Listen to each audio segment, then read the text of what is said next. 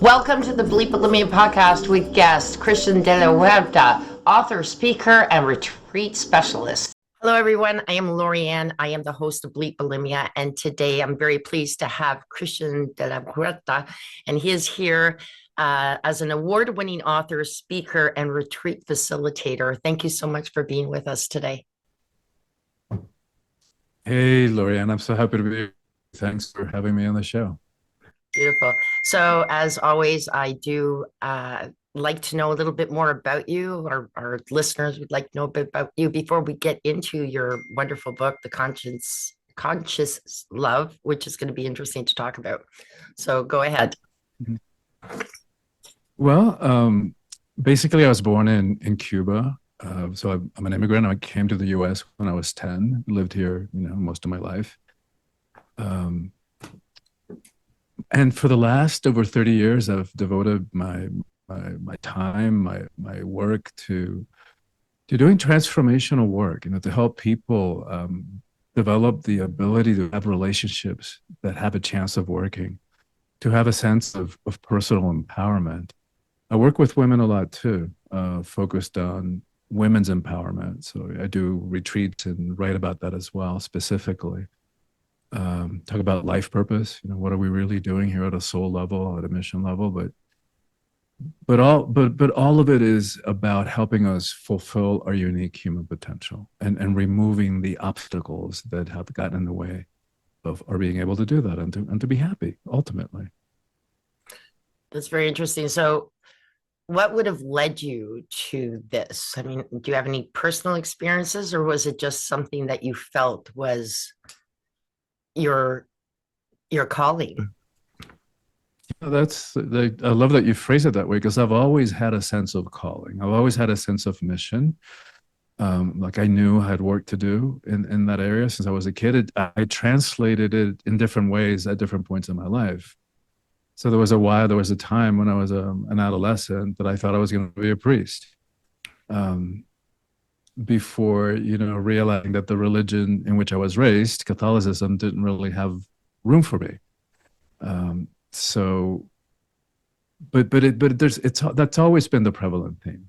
Like, and I come from the belief that, and it's kind of paraphrasing Einstein, that the only way that we dig ourselves out of this hole that we've dug ourselves into collectively is nothing less but a shift in consciousness, something that's going to shift and change the way that we see ourselves, that we see each other, and that we see the world, this tiny pebble on which we live.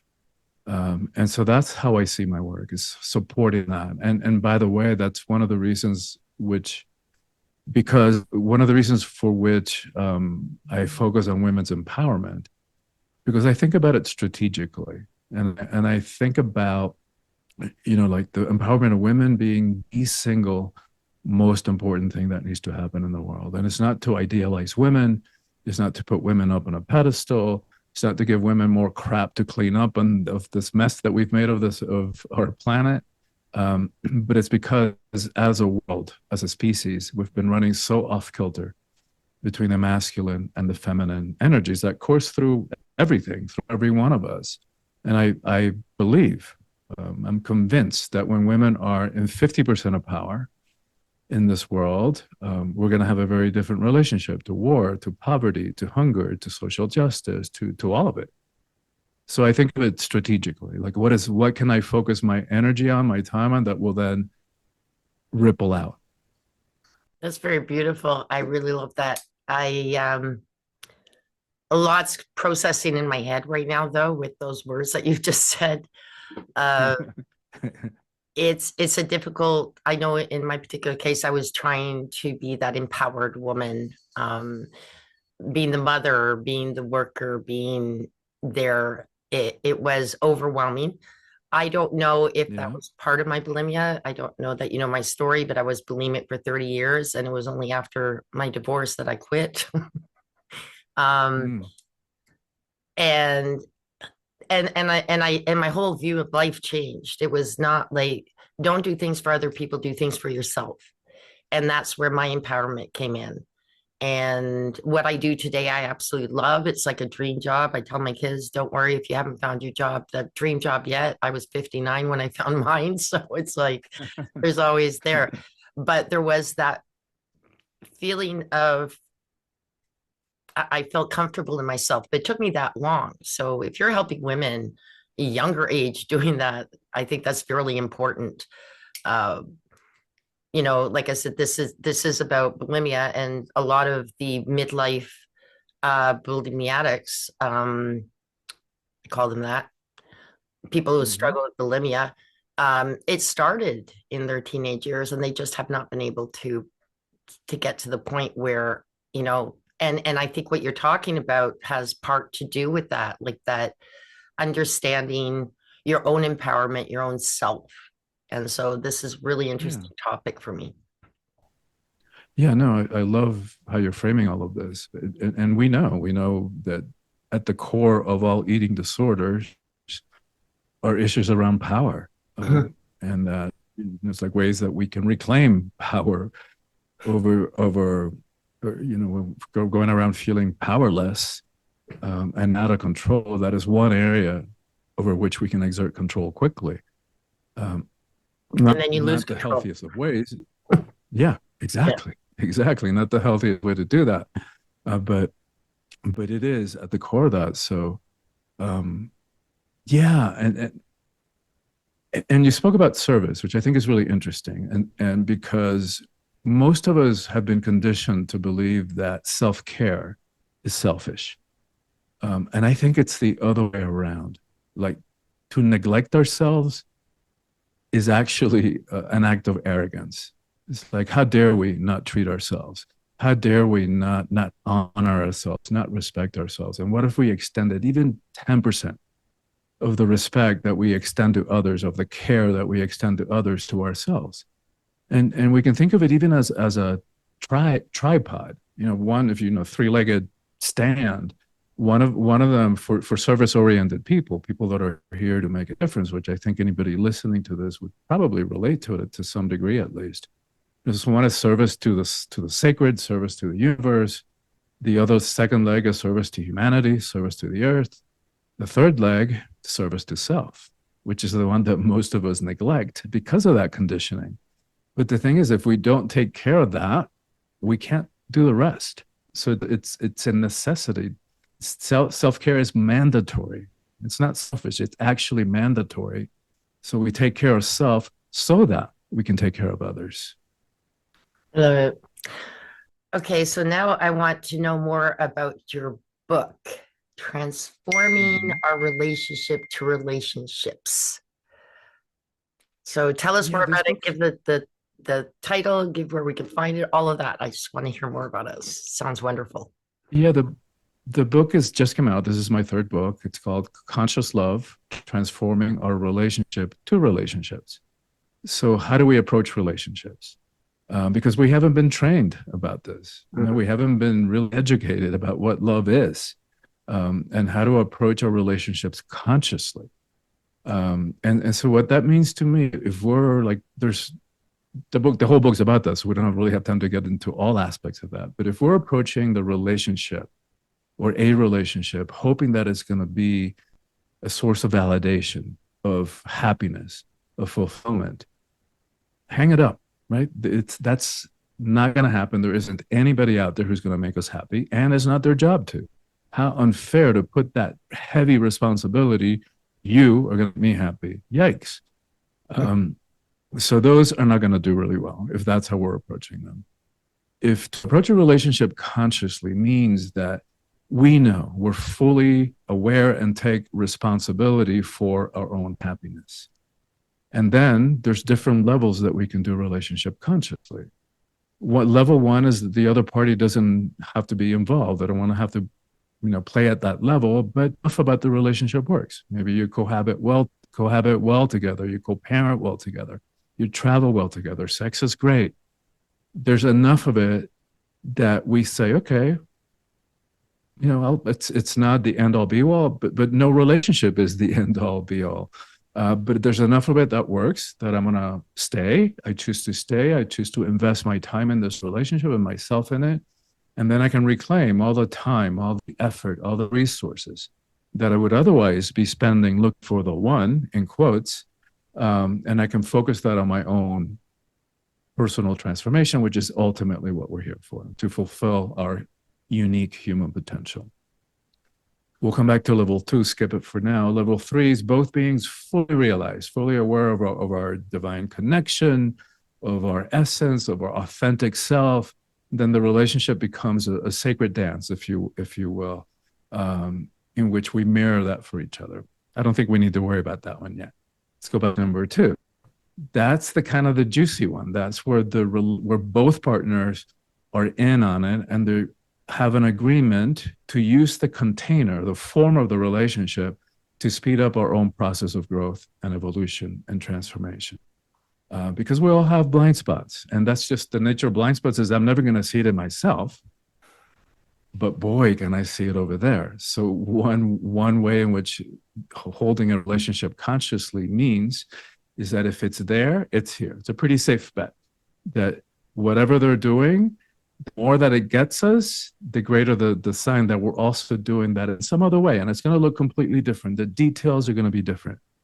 In many cases, it's going to be, the pattern is going to be how we treat ourselves, not how we treat others. But it's a safe bet that if it's there, it's here. And the more whatever they do gets our goat, the clearer it is that we're doing that in some other way ourselves. So it's a way that we can consciously use the relationship to find those areas that are in need of growth and healing. So this is like a mirroring sort of thing. Yeah, exactly. I've heard that before, that if something annoys you with somebody, it's probably because you do it and it annoys you, but now you're seeing it in someone else. And that's interesting you're saying that. And having been aware of that, I know that I've been aware of that. So if something annoys me with somebody, I try and see, okay, what is it that I do that might be mirroring that's bothering me? I don't think it's always, and it can be but really, it's common. Yeah. it can be really subtle. Like, let me give you an example. Some years ago, I was dating somebody. I had just ended a substantial long-term relationship. I really wasn't interested in like a relationship, but it was good enough. It worked. Enough of it worked. And so suddenly it disappeared. Like, a week goes by, no text, no message, like ghosting. It's like, wow, I didn't get it because I was focused. God, I wonder what's going on with them. They're okay. And so I subconsciously, of course, we don't do any of this stuff consciously, but I had to create another area in my life so that I would get the message. And I was working with a literary agent at the time, based out of New York, who was great about communication. She'd get back to me within a day at most 2. A week goes by and I haven't heard from her. Now that got my attention. Like, 2 people, different walks of life, they don't even know each other. They're not related in any way. And they're kind of doing the same thing. Right? So what are they doing? Right? Because these are blind spots. I first had to go through the process of what are they doing? Right? So what are they doing? They're not showing up. They're not doing what they said they would do. They're not keeping their word. They're not keeping their agreements. So therefore, they're out of integrity, right? Clear. We can clearly see it over there. Yikes, turn that mirror around. So like, how am I doing that? It took me a few days because I was looking at my relationships, kind of doing an inventory. Am I showing up? Yeah. Am I keeping my word and my agreements? Yep. Am I doing what I said I was going to do? Yep. And then it hit me, Lorianne, in relationship to my writing. Like, I wasn't looking there. Like, how many times had I said to myself, nobody else knew about this agreement. It's like, I'm going to finish that chapter by such and such a date. Did I do it? No. Did I renegotiate the deadline with myself? No. I just was doing other stuff, doing retreats, workshops, but I wasn't showing up for my writing, literally. And so it's like, wow, once I had that insight, here's how this stuff works. Within an hour, they both called. Like, no longer did I need to create subconsciously drama in my life so that I could see, it's like, hey, you're not showing up in integrity in relationship to your writing. So in that very particular area of my life, I wasn't keeping my agreements. And that's the beautiful part of doing this this kind of work consciously, because then everything becomes grist for the mill. Every aspect of our lives, we can reflect back upon ourselves and ask ourselves hard questions. Why am I attracting that? And it doesn't mean that it's okay for people not to show up and not to respond. That goes. It's not okay. But if for us to get the lesson, there's one common denominator, right? In every one of those arguments, every one of our relationships in our lives. And if we will be willing to look at ourselves and ask the harder questions, why do I keep attracting that? Why do my relationships feel like the same old boring movie, only with a different actor, a different co-lead, the same kind of crap, same kind of arguments, same kind of stuff coming up? At some point, we have to own that, hey, why am I doing that? Why am I attracting that? Why am I putting up with it? It's like Groundhog Day. It was funny. I was telling my mom that some days my life feels like that. It really doesn't. But certain things that you do every day that are the same, and it's not a bad thing. But she never heard that saying before. I said it's a movie, where the guy wakes up every morning and it's the same thing over and over again, and he has to learn his lesson before he comes through that. So that kind of reminded me of that. Interesting too that you're saying that it's from a different aspect that taught you what you had to pay attention to. I think that's really an eye-opener. Very, very neat. In relationships, so the other thing too, which we were talking about just before we came on, I said I'm fine with relationships. I have a very busy life with a lot of people that come in and out. I'm very in the public, very close to my mother and my sister. But I have an issue when it comes to a relationship, like, a boyfriend, or whatever. I went through a couple of not so easy. I divorced once, and then I was also with another gentleman after that. We're still best friends, which is funny. But they ended with some betrayal and deceit and so on and so forth. And I know that, like, in a divorce too, there's two sides to everything. So it's not going to be an all one-sided thing. And I get that. But I have a hard time actually even wanting to, like, I've been single 14 years and quite happy doing that.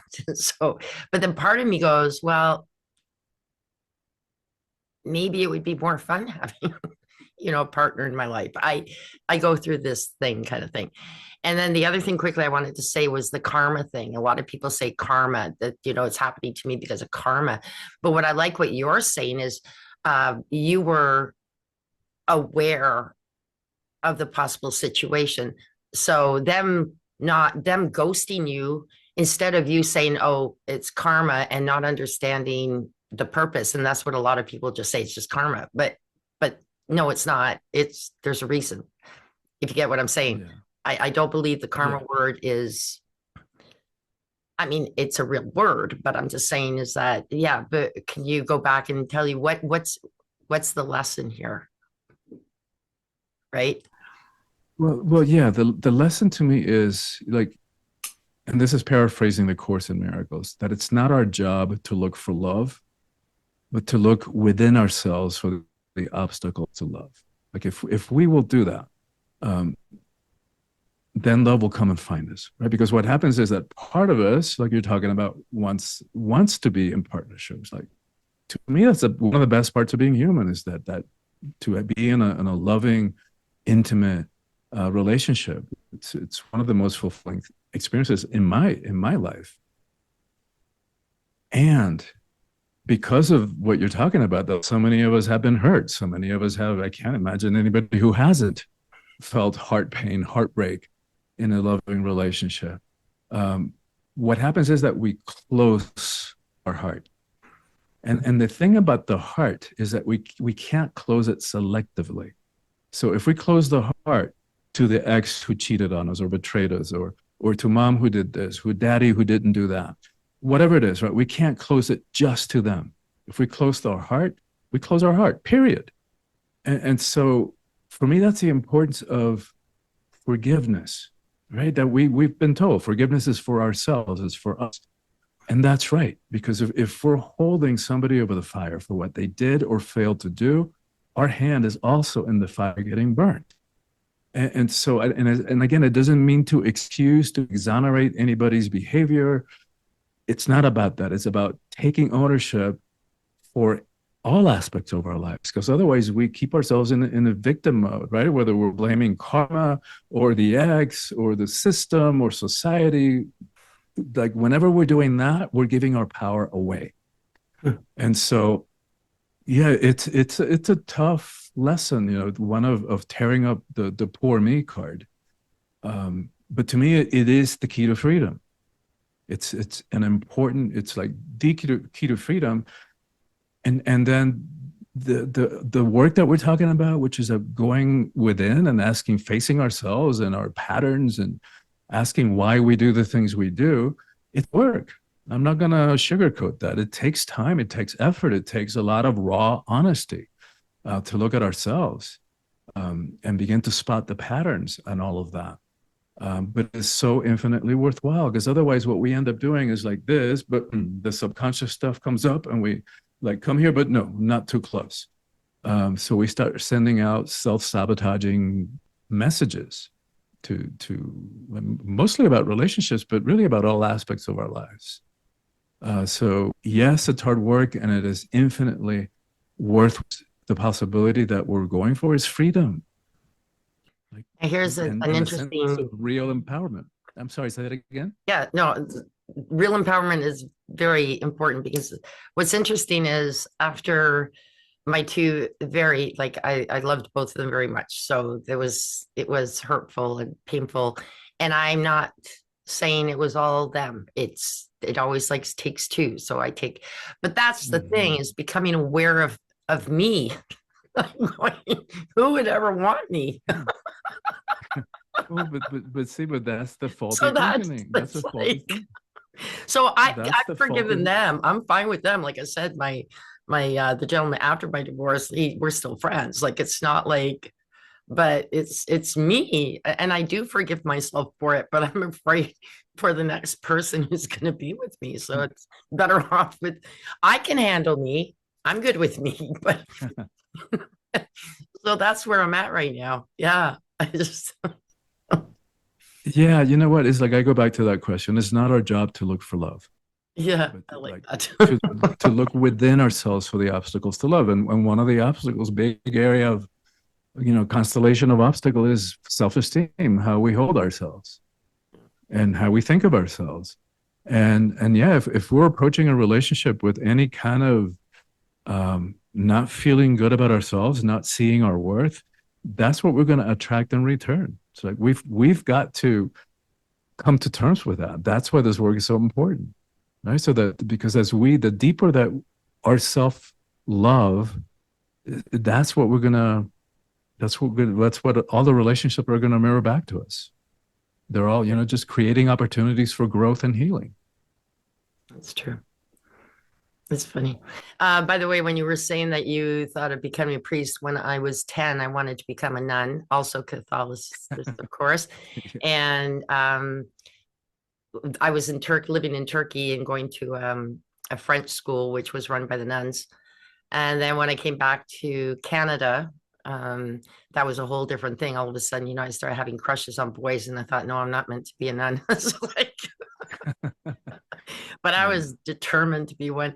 And yes, and I veered off of that path too. There were things that I just didn't match with my values. I mean, they're getting more progressive in the Catholic community, but it was a tough one. But yes, I grew up with that for many years. Yeah. So then, it's a journey. It is. It is. Yeah. It's a journey. And the guilt thing was a big thing. And that's something that you have to, because it's ingrained in your head from a kid. So you've got to, balance that out. That's a whole other conversation. I know, right? But yes, but no. It does deal with relationships as well, though. Totally. To me, like, putting fear, and this is a question that I had to navigate, as a gay man trying to find a place for myself in a religion that told me that I was an abomination in the eyes of God. Like, no wonder my adolescence was one long depression. Yeah. Grateful for it now because I had to face, some of the really hard existential questions at a very early age. So it kind of gave me a head start. And now I can help people, you know, transform that doubt and even self-hatred into self-acceptance and self-love. I know how to do it. I experienced that. It's not something I read in a book. Like my teachings and my strategy work. They work for me. Like no Beautiful. matter what happens in my life these days, as I was saying, I never ever ever question my sense of worth anymore. Like that's established and unshakable. So I know if that can happen in me, that can happen in anybody. Absolutely. And it begins with self-awareness, right? We gotta ask, like, why do we do the things we do? Why do I create certain patterns? Why do I keep attracting certain type of people or certain type of behaviors? Yeah. And that's what they say. There's some people they have these patterns. I've seen some people even like whether it's dating, mostly in the dating part where they break up with one person and then they end up dating somebody who's almost identical to the one that they just broke up with. And then they move to the next one. And I did you know, not notice the pattern here? Like, I why know. is it not working? Because you're falling. And I noticed, um, from my first to my next one, they were totally different, but my patterns are odd too. So I have to watch. Maybe I don't even know what I'm looking, what I know you said that to be, compatibility, things that you like to do together and so on and so forth. Um, and I'm fine with that, but I don't know, being alone so long now, I'm thinking that I'm the most compatible person for myself. Well, there's certainly, and that's great, right? That to me, that's the most important step, to have that loving relationship with ourselves. That is primary. Yeah. No way around that. So that is step one. Um, and then, if you want to honor that longing to be in a relationship, but there's no rule, no law, cosmic or otherwise, that says that in order to be happy we have to be in a relationship. No, of course not. Done consciously, they're invaluable, because if we approach them consciously, like, doing those practices, like, how do I do that, turning the mirror around rather than shoving it in somebody else's faces, you do this, you do that, it's like, that hurt, that was an ouch, I feel that, how do I do that, rather than going immediately into making them wrong, which is what most of us end up doing. Like, And so if we're willing to do that work, it really speeds up our growth, very nice. because of that thing we were talking about earlier, the blind spots. It's really hard to see our own blind spots. Yeah, definitely. So I would love for you to please tell my listeners where they can find your book. Again, repeat the title of it and where they could find it. And there will be a link in my notes to where to purchase your book as well. So Beautiful. Beautiful. Thank you so much for that. I appreciate that, Lorianne. The book, again, the most recent one is Conscious Love, Transforming Our Relationship to Relationships. The previous one, that's where we're talking about power, it's called Awakening the Soul of Power. So how do we step into power, personal power, in a way that's not about hierarchy, control, fear, force, domination, that in a way that we don't have to push anybody down in order for us to feel powerful? How do we do that in a different way? They're both available on Amazon, or you can order it at your local bookstore. And in terms of getting in touch with me, probably the best way is my website, which is soulfulpower.com. SOULFUL, soulfulpower, POWER.com. And from there, they can email me directly, or they can access my social media. that's beautiful. Congratulations again on your new book.